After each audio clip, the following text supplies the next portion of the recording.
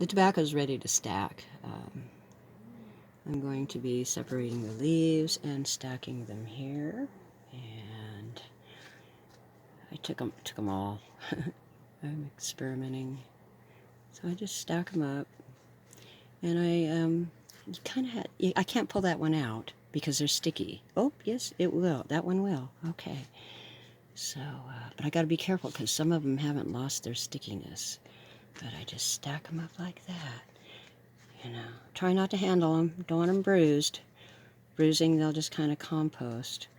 But, yeah, so I'm going to be real careful with them. So anyway, that's where I'm at with that.